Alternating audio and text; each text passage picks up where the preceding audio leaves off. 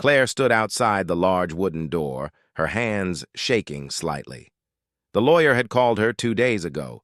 He said her father's will was going to be read and she should come. She hadn't seen her father in years. Inside the room, people were already laughing. "Well, look who decided to show up," a voice said loudly as Claire entered. It was her cousin Linda, rich, loud, and always rude. Others looked at Claire with half smiles and raised eyebrows. They whispered to each other. "She thinks she'll get something? Maybe a dusty book or old photo. Poor girl. She doesn't belong here." Claire didn't respond. She just walked quietly and sat in the empty chair at the far end of the table. The lawyer, Mr. Douglas, cleared his throat. He looked a little uncomfortable as he opened the file. "Thank you all for coming," he began. "Mr. Charles Whitmore's will is quite detailed.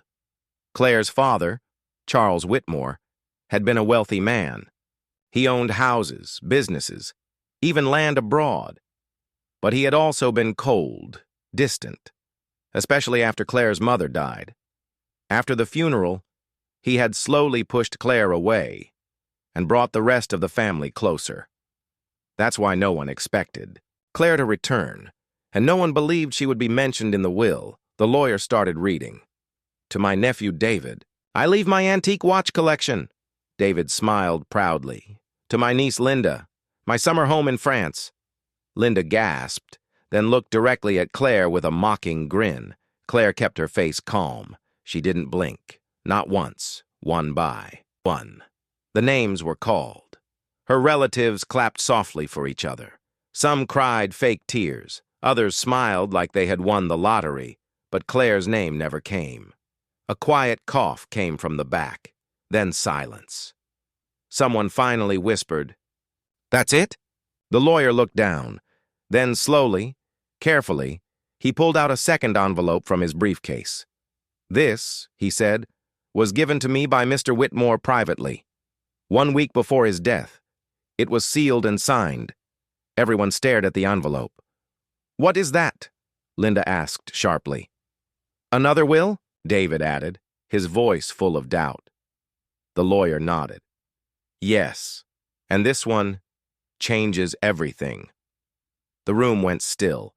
Claire's hands were still on her lap, but inside, her heart was pounding. She remembered the night she got the call. Just days before her father died.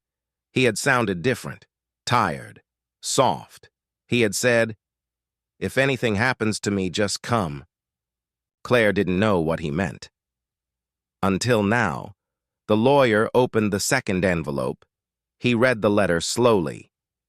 "To my daughter Claire, if you are reading this, I am no longer here.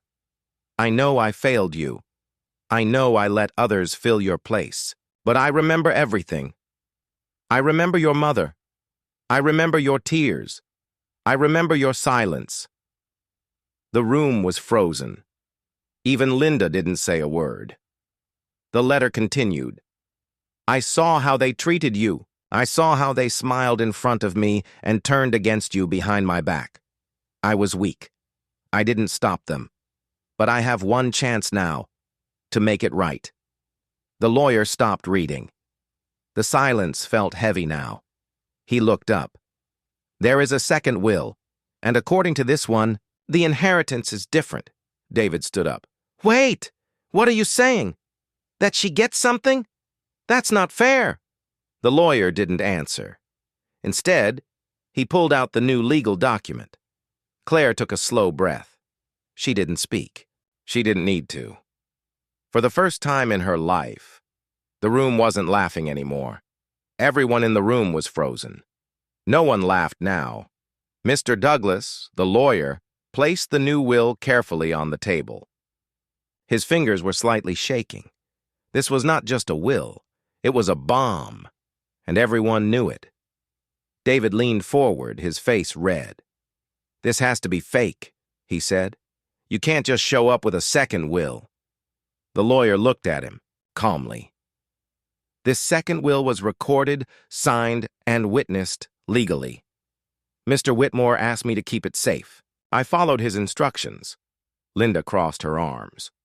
Why didn't we know about it earlier? Because your uncle asked me not to share it unless Claire showed up, Mr. Douglas replied. If she didn't come, the original will would stand. But she's here now, and everything changes. Claire sat still. Her face was quiet, but inside her heart was racing. She looked at the faces around the room, faces that used to laugh when she fell, faces that pushed her out, called her useless. And now, they looked scared. The lawyer continued reading. This new will leaves the following. He paused. Everyone leaned in. The estate in New York, the art collection, the overseas accounts, and full control of the family business are to be given to Claire Whitmore. Dead silence. Then chaos. What? David stood up, knocking over his chair. That's impossible, Linda shouted. She hasn't been here in years. Claire finally spoke. Her voice was calm. I didn't leave. I was pushed out. Her words were quiet but sharp, like glass breaking in the middle of the silence. You were children when she left, Mr. Douglas added. But Mr. Whitmore never stopped thinking about her. I saw the letters he wrote but never sent. I saw the regret. Linda scoffed. Letters? Regret? That doesn't make her family again. Claire looked straight at her. I never stopped being family. You just didn't treat me like one. The lawyer cleared his throat and pulled out another paper. There's more, he said. Mr. Whitmore included a personal message. It's a video. He picked up a small remote and turned on the screen at the end of the room. The video began. Charles Whitmore sat in a chair. He looked older, thinner than Claire remembered, but his eyes were tired and full of something that looked like guilt. If you're watching this, he said slowly, then I am gone, and Claire, my daughter, is sitting in that room. I'm sorry. I failed you. I listened to the wrong voices. I stayed silent when I should have spoken up. David looked uncomfortable. Linda looked furious. The old man continued. To the rest of you, you know what you did. You know how you treated her. I saw it. Every time. And I chose to stay quiet. But no more. Claire deserves what I built because she is the only one who knows what it's like to lose everything and still stand. Claire felt her eyes sting with tears. But she didn't cry. Not yet. I leave you all with something more valuable than money, the old man said to the others. I leave you with a truth that may haunt you, and I hope it changes you. The screen went black. No one said a word. Mr. Douglas slowly stood. There will be paperwork, he said. Claire, I will meet you tomorrow to begin the transfer process. Claire nodded, slowly rising to her feet. As she turned to leave, Linda finally found her voice. You think you deserve all of this? She asked, standing too. You think he really loved you? Claire stopped at the door. I don't need to think, she said without turning around. He told me. You just weren't listening. And with that, she walked out. Back straight, eyes forward. For the first time in years, Claire wasn't invisible anymore. She was the only one in that room who had nothing, and now she had everything. But what none of them knew was that the real twist hadn't happened yet. Claire stepped outside the lawyer's office as the cold wind brushed her face. She took a deep breath and looked at the sky. For the first time in years, she felt like she could breathe freely. But freedom comes with a price. Inside, the silence Claire left behind turned into whispers, then into loud voices. David slammed the table with his fist. This is a setup, he shouted. It has to be, Linda rubbed her temples. You saw the video, David. That was Uncle Charles. That was real. She must have forced him, David snapped, or tricked him. There's no way he'd leave everything to her. Mr. Douglas was packing his papers quietly, ignoring their panic. She was nothing when she left, Linda continued, her voice bitter. She didn't even finish school. Now she walks back in and gets everything? She'll destroy the company, David growled. She doesn't know how to run anything. Linda looked around, her voice low. Then we don't let her. David narrowed his eyes. What do you mean? I mean, we take it back. David smirked. Outside, Claire sat in her car, gripping the steering wheel. She had just inherited millions, properties, and a business empire. But her heart still felt heavy. This wasn't about money. It was about everything they stole from her. Her childhood, her name, her voice. She opened the small box Mr. Douglas had given her before she left. Inside was a photo, her and her father, when she was just 7. Both of them smiling. The note underneath read, "Forgive me when you're ready, and don't trust them. They will try to take it all."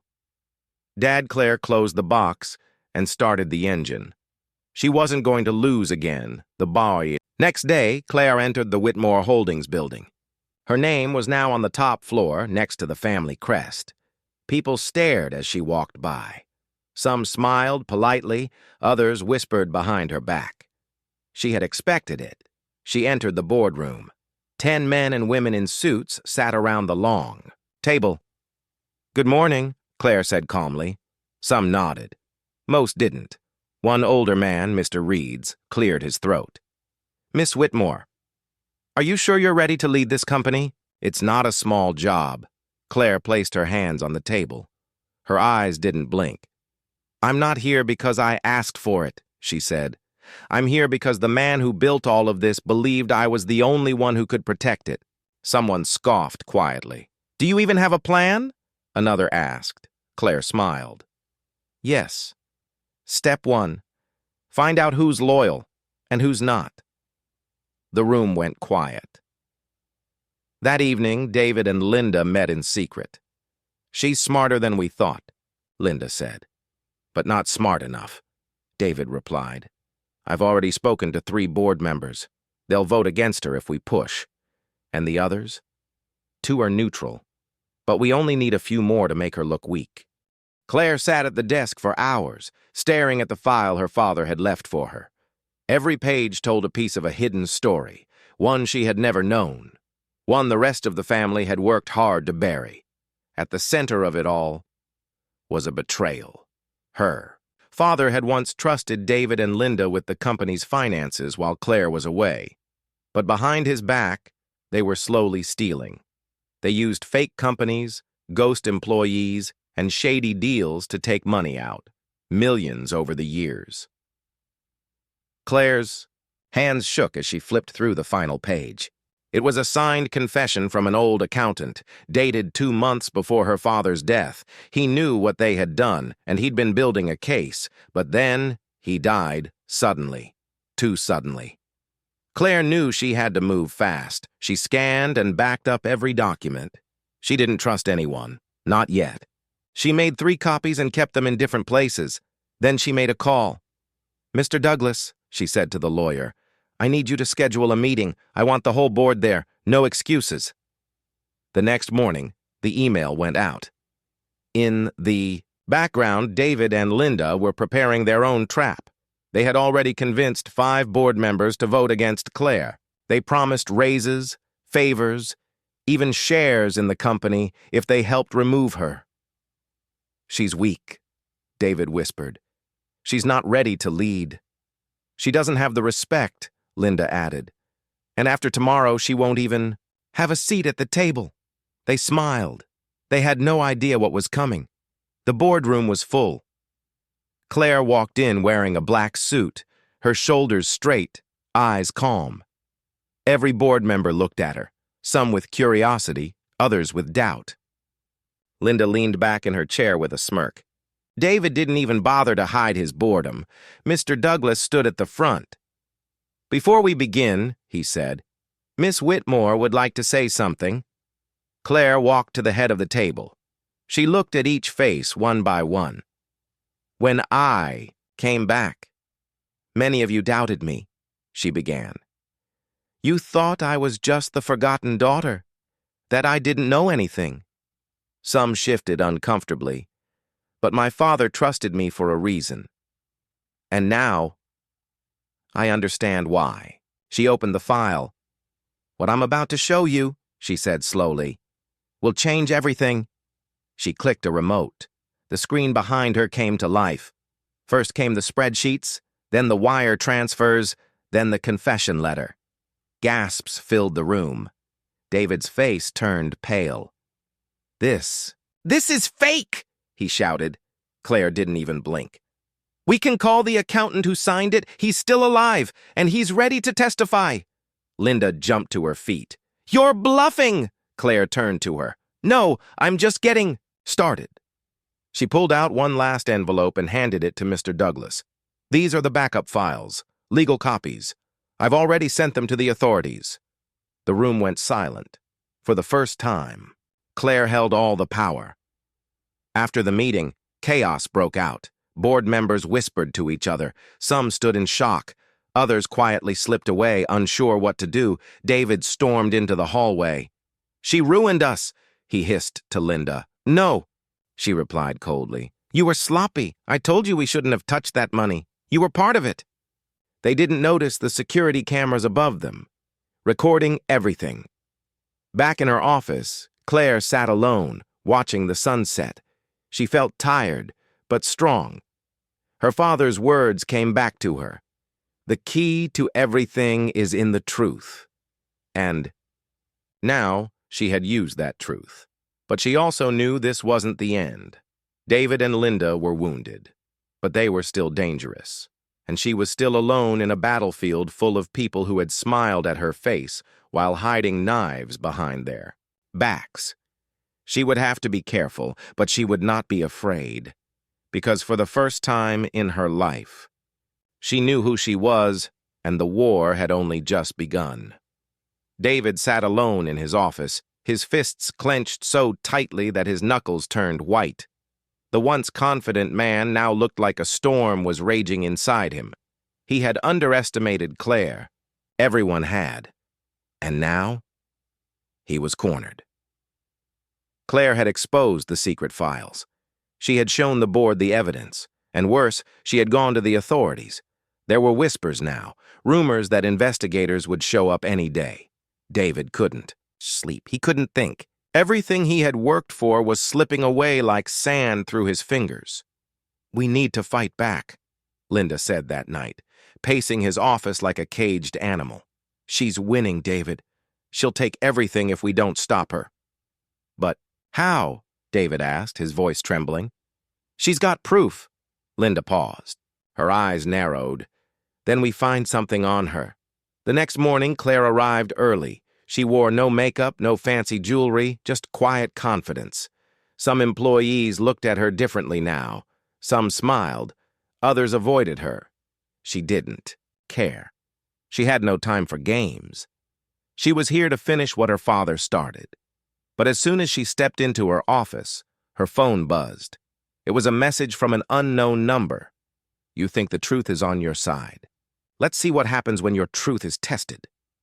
Claire stared at the message. Her heart pounded. She quickly deleted it, but the feeling wouldn't go away. That afternoon, during a board meeting, things took a strange turn. One of the board members, Mr. Halverson, raised his hand. Claire, we need to ask about something personal. It's come to our attention that during your time abroad, there were some irregularities in your business dealings. Claire blinked. What kind of irregularities? He cleared his throat. A company you advised for was accused of insider trading. Your name appeared in a few reports. Nothing conclusive, but it's there. She felt her stomach drop. I didn't know, she said quickly. I was just a consultant. I had no control over their finances. Still, whispers began around the table. David and Linda sat quietly, but smirking. It was clear now. They had done this, dug up something old, twisted it, and fed it to the board. The game had changed. Claire left the meeting feeling shaken. Doubt started to creep in. What if the board turned against her again? What if this false rumor grew bigger? She walked outside. For air, and there, sitting on the bench near the fountain where her father once met clients, was Mr. Foster, an old employee who had retired 2 years ago. "Claire," he said gently, "I heard what's happening." She sat beside him, trying not to cry. "I feel like I'm fighting everyone," she whispered. "No one wants me here." Mr. Foster looked at her kindly. "Your father once told me something I never forgot." He said, "The truth can hurt, but lies destroy slowly. That's what they're doing to you, trying to destroy you piece by piece." Claire looked at him, her voice low. "What should I do?" "Simple," he said. "Remind them who you really are, not through words, but through action. Lead, and let your actions make more noise than their lies." That night, Claire stayed late. She began building a new plan for the company, one that would increase transparency, support honest workers, and fix the damage David and Linda had done. She worked until her eyes were heavy, but she didn't stop. The next morning, she stood before the board again. "I know there are doubts," she said firmly. "I can't erase the past, but I can promise you this. I will not run from lies. I will face them, and I will keep building this company the right way." Some nodded. Some stayed silent. But she could feel it. Something was shifting. The board members who had doubted her were now unsure. The employees who had feared her were starting to respect her. David and Linda were watching it all, and they were starting to panic, because the more she stood tall, the more their lies looked weak. But Claire knew the final fight hadn't come. Yet, there was still something they were hiding. And if she wanted to win, she would have to dig deeper, even if it meant learning something about her family she wasn't ready for. The air inside the courtroom was thick with tension. Claire sat in the front row, her heart pounding like a drum.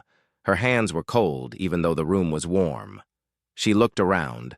The board members were there, her father's old friends, her enemies, and the lawyer. David sat just a few rows behind, pretending to be calm. But his jaw was tight, and his eyes never left Claire. Linda whispered something to him, but he didn't respond. His world was starting to fall apart, and he knew it. The room fell silent as the judge entered. Then the lawyer stood up, holding a plain black briefcase. "Ladies and gentlemen," the lawyer said, "before Mr. Collins passed away, he left behind something unexpected. A second will, and it changes everything." The room gasped. Claire turned to the lawyer, eyes wide. Even she didn't know about this. David stood up quickly. "Objection! There was only one will. This is a trick." The judge raised a hand. "Sit down, Mr. David. Let's hear what the lawyer has to say." The lawyer placed the briefcase on the desk and slowly opened it. Inside was a sealed envelope. He held it up. "This document was kept in a private safety box at Mr. Collins' request. It was only to be opened if foul play or corruption was suspected in the company's leadership after his death."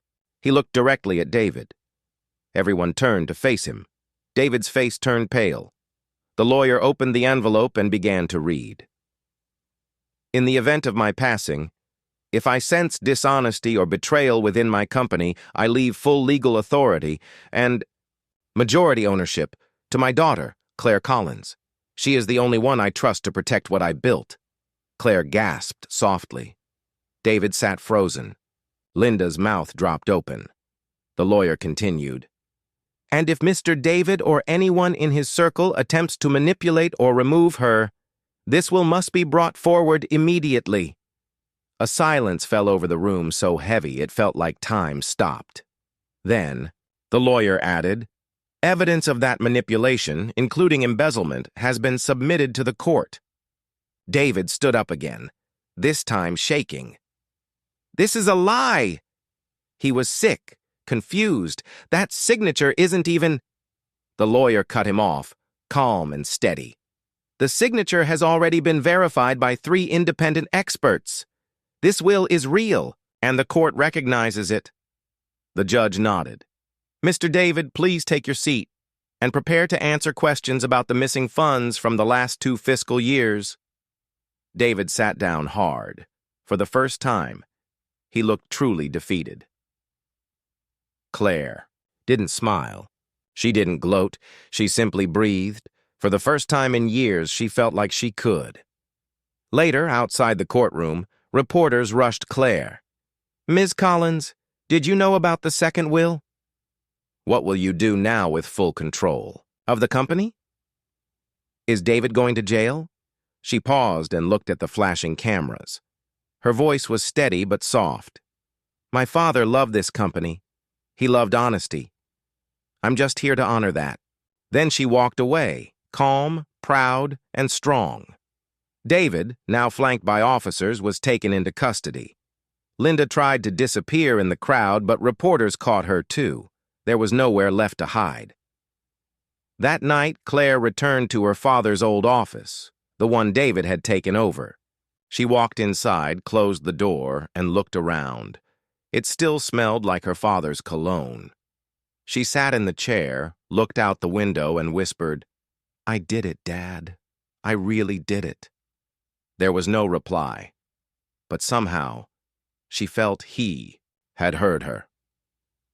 The next morning, employees arrived at work to find something new on the company wall, a plaque. This company was built on honesty, respect, and hard work. Those values will never be forgotten. Charles Collins, and right below it, CEO. Claire Collins. For the first time in a long time, the company felt whole again. The building felt different now.